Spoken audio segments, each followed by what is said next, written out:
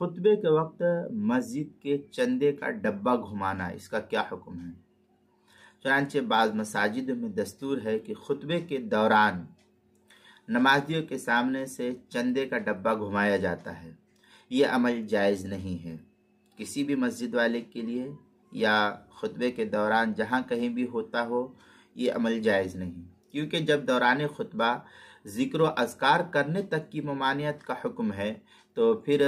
چندے کے ڈبے کے عمل کی کیسی اجازت ہوگی؟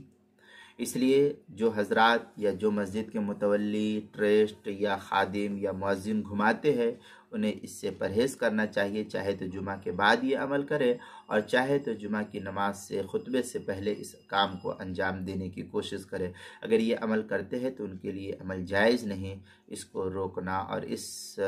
عمل کو قابل ترک بنانا یہ ہم سب کا شرعی فریضہ بنتا ہے۔